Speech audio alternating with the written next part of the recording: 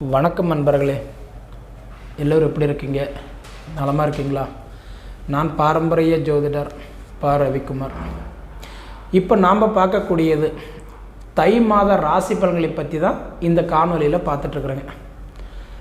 தை மாதம் பிறக்கக்கூடிய தருணம் பார்த்திங்க அப்படின்னா நிகழும் மங்களகரமான சோபகிருது வருடம் தை மாதம் 1ஆம் தேதி திங்கட்கிழமை அதிகாலையில் சதய நட்சத்திரம் 4ஆம் பாதத்தில் கும்ப ராசியில் தனுசு லக்னத்தில் தாங்க இந்த தை மாதம் பிறக்கப்படுது.